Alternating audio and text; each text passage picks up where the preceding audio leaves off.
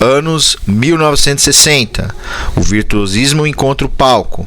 Surgem os frontmen. Chet Atkins, Mr. Guitar, como era conhecido, não era só rápido, era requintado. Elevou o Travis Speaking a outro patamar.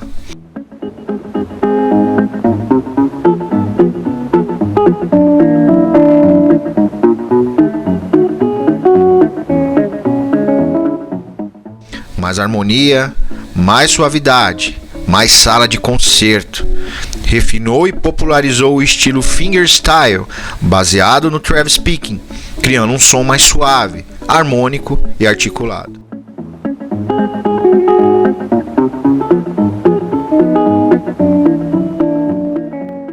Delay leve e compressores analógicos. Ele transformou a guitarra country em um instrumento de concerto, muito além do campo e do honky-tonk.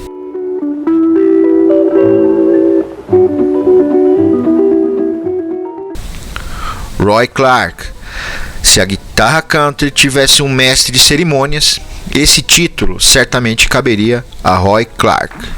Com um sorriso largo, dedos ágeis e carisma de sobra, Roy encantou gerações como um verdadeiro embaixador da música country na televisão.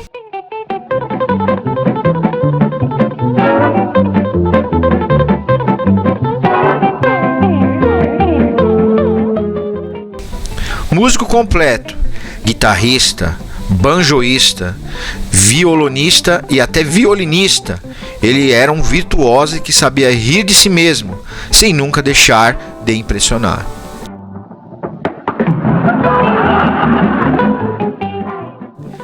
Clark ficou eternizado como co-apresentador do programa Hee-Haw, que dominou as noites americanas por mais de 2 décadas. Entre piadas e esquetes, ele fazia sua guitarra chorar, rir e voar pelos palcos com técnica absurda.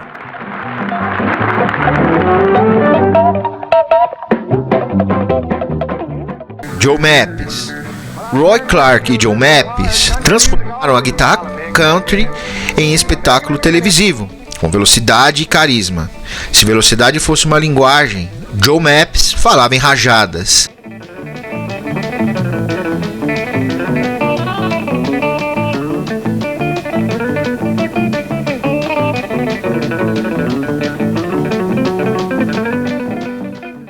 Apelidado de The King of the Strings, Mappes foi um dos mais rápidos e versáteis guitarristas da era de ouro da música country.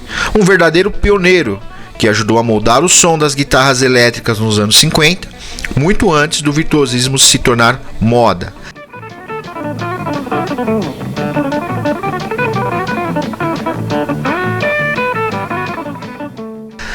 Seu palco principal era o lendário programa de televisão Town Hall Party, transmitido na costa oeste dos Estados Unidos, onde sua guitarra de duplo braço Morse Wright virou uma marca registrada.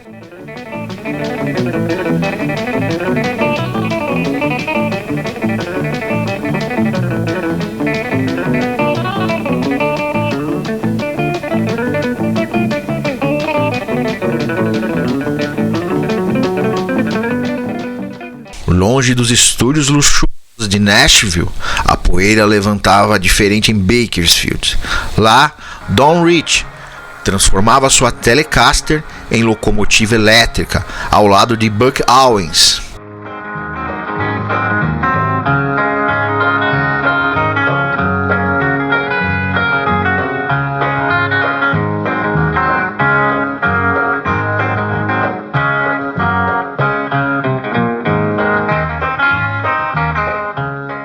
Sem Don Rich, talvez a Fender nunca tivesse virado o símbolo que virou. Sem ele, Brad Paisley talvez fosse apenas mais um cantor, e não um herdeiro.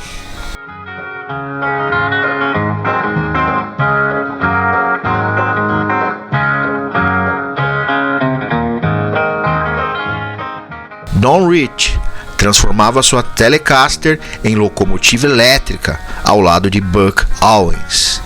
Era o som cru da estrada, da cerveja, do asfalto quente.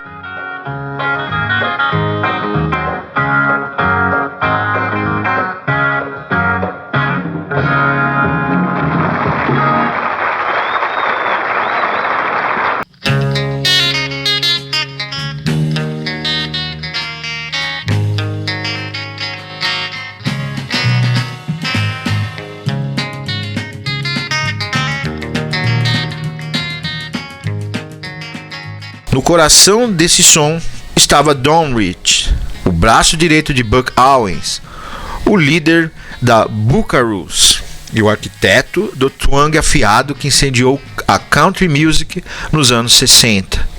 Com sua Fender Telecaster plugada direto em um Fender Twin Reverb, Don esculpiu linhas cortantes, rápidas, cheias de atitude.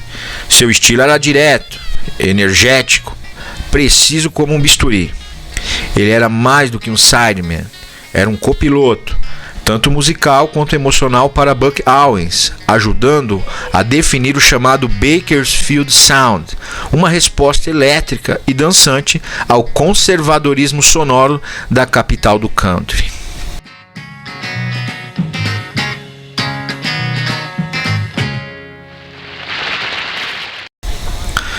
Rebeldia com técnica, os anos 70 fundem gêneros.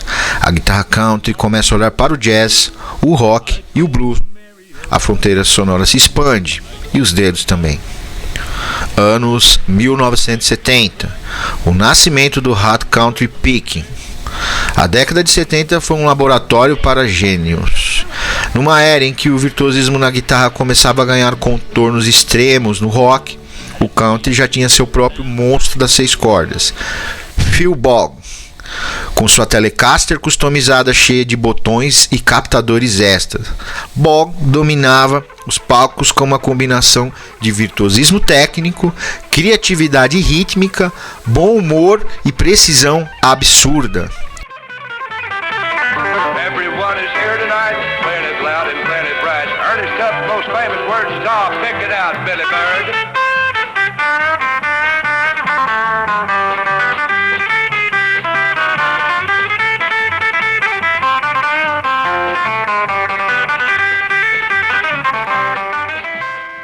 Enquanto Ed Van Halen reinventava a guitarra rock com tapping, alavancas e harmônicos artificiais, Bogg fazia chover licks, riffs acrobáticos e frases de dar nó nos dedos usando apenas o tradicional arsenal do country: chicken picking, bends impossíveis, double stops, treble picking e slides frenéticos.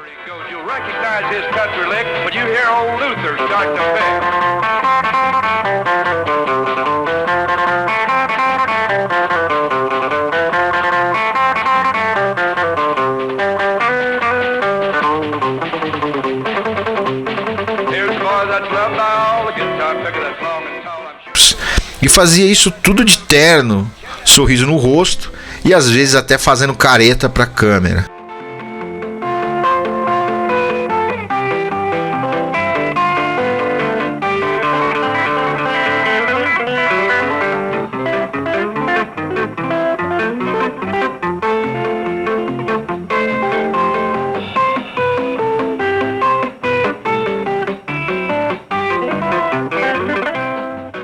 Jerry Reed, com groove, humor e técnica.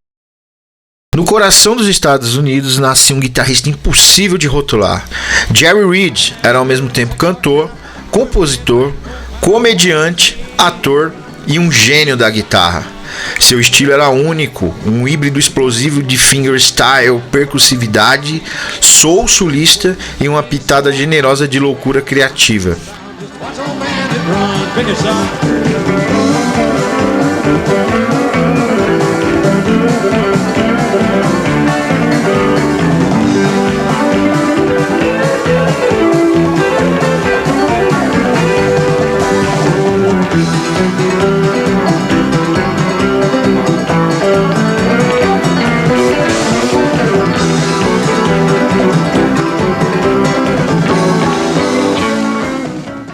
Reed não apenas tocava, ele brincava com o instrumento como se fosse uma extensão do seu corpo, imprimindo grooves sincopados, riffs impossíveis e linhas que desafiavam até os mais técnicos músicos da época.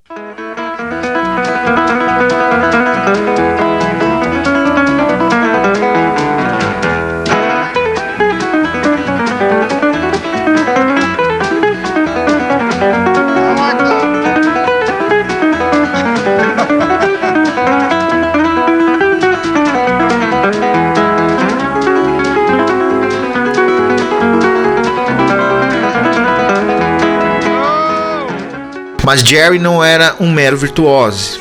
Ele mudou o jogo. Foi um dos poucos guitarristas que conseguiram criar um idioma próprio dentro do country, abrindo espaço para grooves mais modernos e funkados, que influenciaram diretamente artistas como Brent Mason, Brad Paisley e Tommy Emmanuel, que chegou a declarar Reed como uma de suas maiores influências.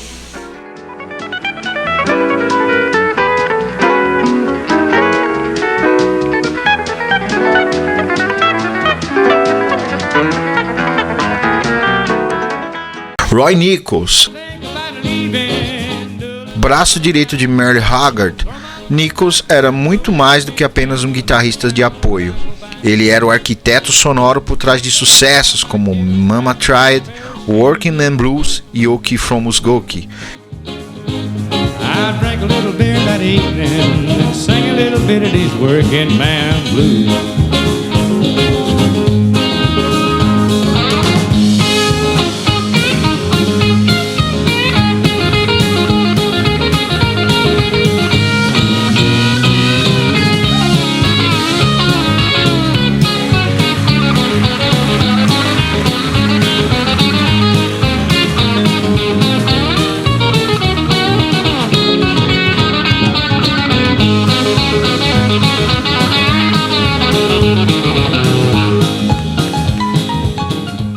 E no meio disso tudo, surge um britânico com sotaque americano, Albert Lee.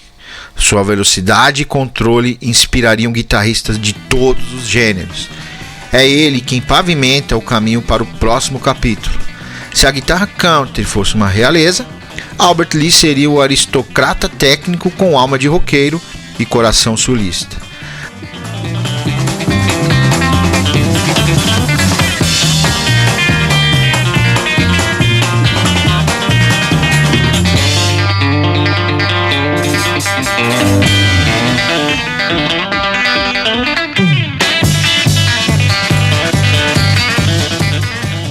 Nascido na Inglaterra, mas com o espírito fincado no Tennessee, Albert Lee é a prova viva de que música country transcende fronteiras.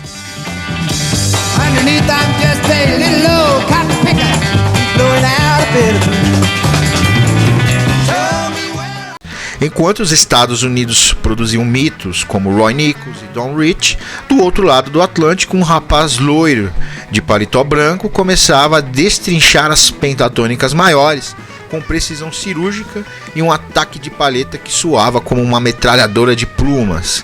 Albert Lee se destacou por uma combinação explosiva de velocidade, sem perder a melodia, chicken picking com palhetada híbrida, thumb mais dedos, frases quebradas, quase jazzísticas, entrecortadas por bends sutilíssimos e licks no talo.